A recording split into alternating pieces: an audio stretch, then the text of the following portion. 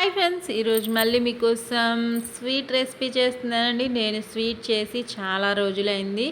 నేను చేద్దాం అనుకుంటున్నాను, టైం కుదరట్లేదు. ఏ స్వీట్ చేయాలా అని ఆలోచించి ఇంట్లో ఉన్న ఇంగ్రీడియంట్స్ తోటే బయటికి వెళ్ళే పని లేకుండా చక్కగా సేమ్యాతో స్వీట్ చేశానండి. ఇది ముస్లిమ్స్ చేసే ఫేవరెట్ స్వీట్ అనమాట. పొడి సేమ్యా నేను ఇంట్లో ఉన్న వాటితోనే చేశాను. ఇంకా బయటికి వెళ్ళే పని లేకుండా ఈజీగా అయిపోతుంది, టేస్టీగా ఉంటుంది. మీరు ట్రై చేయండి. నాకైతే భలే నచ్చింది, చాలా బాగుంది. నిజంగానే చూపిస్తాను ప్రాసెస్, ఇంగ్రీడియంట్స్ క్లియర్గా. మీరు ఇంకా ఫాలో అయిపోండి, చేసుకొని తిని ఎంజాయ్ చేయండి. స్వీట్ చూడండి, చూడటానికి కూడా కలర్ఫుల్గా బాగుంది కదా, టేస్ట్ కూడా అంతే బాగుంటుంది. ట్రై చేయండి. నా వీడియో నచ్చితే లైక్ చేయండి. ఓకేనా ఫ్రెండ్స్, ఇప్పుడు చూద్దాం ప్రాసెస్. స్టవ్ మీద పాన్ పెట్టేసుకున్నాను. పాన్ పెట్టేసుకొని స్టవ్ వెలిగించేసుకొని ముందుగా మనం స్వీట్లో ఏం వేస్తామో మీ అందరికీ తెలిసిందే కదా, తెలిసిన ఇంగ్రీడియంటేనమాట. అదేంటో తెలుసా? నెయ్యి వేసేసుకుందాము. నెయ్యి ఒక 2 స్పూన్స్ అంత వేసుకుందాం. నా దగ్గర ఇంకా లాస్ట్లో ఉంది నెయ్యి, ఇంకా ఉంటే ఇంకొద్దిగా వేసుకోండి, టేస్ట్ బాగుంటుంది. ఏ స్వీట్ చేసినా సరే నెయ్యి మాత్రం ఇంపార్టెంట్, ఎందుకంటే మనకి టేస్ట్ డబుల్ అవ్వాలి, బాగుంటుంది.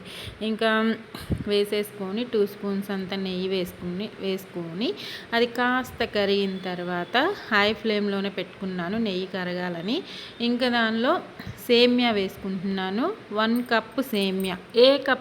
ఏ కప్ అయినా ఏ గ్లాస్ అయినా తీసుకోండి. 1 కప్పుకి సేమ్యాకి చూపిస్తాను కొలతలు మిగిలినవి.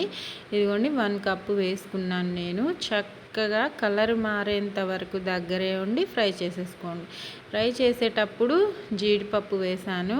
ఒక 5 గ్రామ్స్ కట్ పీసెస్ లాగా వేసేసుకున్నాను.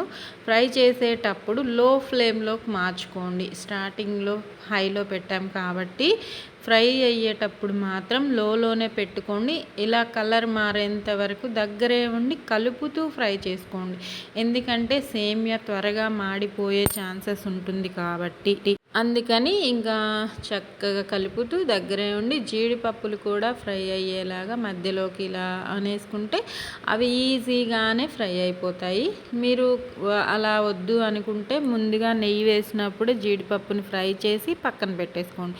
నా దగ్గర జీడిపప్పు మాత్రమే ఉంది. మీ దగ్గర బాదం పప్పు, కిస్మిస్, ఇంకా పిస్తా పప్పు, ఏ డ్రై ఫ్రూట్స్ ఉన్నా వేసుకోండి. నా దగ్గర ఈ ప్రస్తుతానికి జీడిపప్పు మాత్రమే అవైలబుల్గా ఉంది.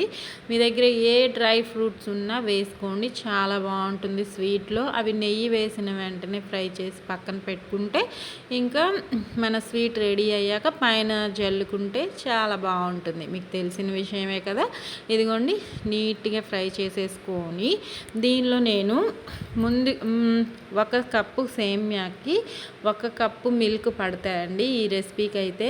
ముందుగానే మొత్తం వేసేయొద్దు, కొద్దిగా వేసుకొని చక్కగా కలుపుకుంటూ అది దగ్గర పడిన తర్వాత మళ్ళీ ఇంకాస్త పాలు వేసుకుంటూ చక్కగా పూర్తిగా ఉడికిపోకూడదు. సేమియా అయితే లైట్గా ఉడికితే సరిపోతుంది.